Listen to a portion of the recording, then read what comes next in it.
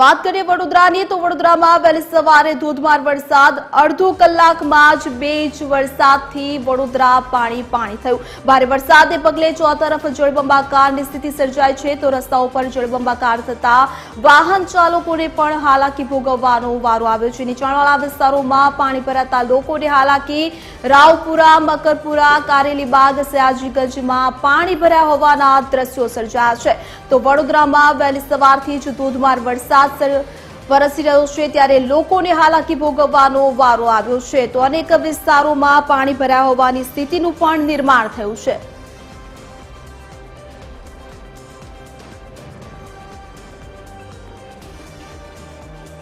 વધુ જાણકારી સાથે એસોસિએટ એડિટર અમિત ઠાકોર અમારી સાથે લાઈવ જોડાઈ ચૂક્યા છે। જી અમિત, હવામાન વિભાગ દ્વારા આગાહી વ્યક્ત કરવામાં આવી હતી ત્યારે જે પ્રકારે હાલ સ્થિતિનું નિર્માણ થયું છે, કયા કયા વિસ્તારોમાં પાણી ભર્યા હોવાના દ્રશ્યો સર્જાયા છે, હાલ શું સ્થિતિ?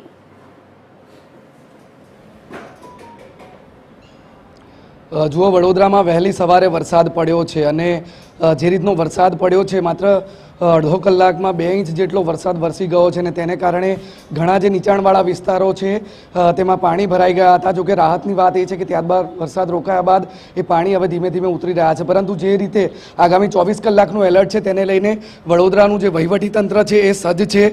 વડોદરા જિલ્લા કલેક્ટર દ્વારા જે તમામ જે સૂચનાઓ છે અલગ અલગ વિભાગોને આપી દેવામાં આવી છે અને વડોદરામાં 163 જેટલી બોટ આ પ્રકારની તૈનાત કરવામાં આવી છે, તૈયાર રાખવામાં આવી છે, કારણ કે હવામાન વિભાગ આગાહી છે તે મુજબ વડોદરા સહિત મધ્ય ગુજરાત અને આસપાસના જે જિલ્લાઓમાં ભારે વરસાદ, અતિથી ભારે વરસાદ વરસી શકે છે તેવી આગાહી છે। તેને પગલે તમામ જે વ્યવસ્થાઓ છે તે કરી લેવામાં આવી છે।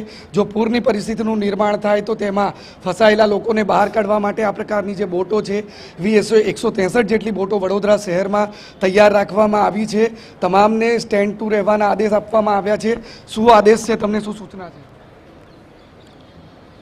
અમને સૂચના શું છે, તમને શું કહેવામાં આવ્યું? પેલા ભાઈને પૂછી લો।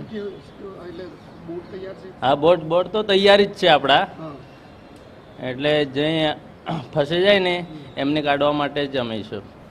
જો જ્યાં લોકો ફસાય પૂરની પરિસ્થિતિમાં પાણીમાં તેવા લોકોને બહાર કાઢવા માટે બોટ ઉપરાંત ટ્રેક્ટર, બુલડોઝર કે એવા વાહનો કે જે પાણીમાં જઈ શકે અને લોકોને રેસ્ક્યુ કરી શકે તે પ્રકારની તમામ તૈયારીઓ કરી લેવામાં આવી છે। આપ અહીંયા જોઈ શકો છો વડોદરા કલેક્ટર કચેરીના દ્રશ્યો છે કે જ્યાં ટ્રેક્ટર, જેસીબી સહિતના જે વાહનો છે તે તૈનાત કરી દેવામાં આવ્યા છે। તમામ એ મશીનરી કામે લગાડી દેવામાં આવી છે, તમામ એ ફોર્સ અને તૈનાત કરી દેવામાં આવી છે કે જે વરસાદ ભારે પડે અને પૂર જેવી પરિસ્થિતિનું નિર્માણ થાય તો તેમાં કામ આવી શકે, લોકોને બચાવી શકે।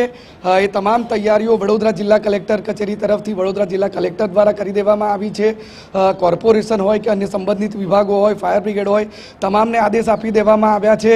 એલર્ટ પર રહેવાના, તમામની રજાઓ રદ કરી દેવામાં આવી છે।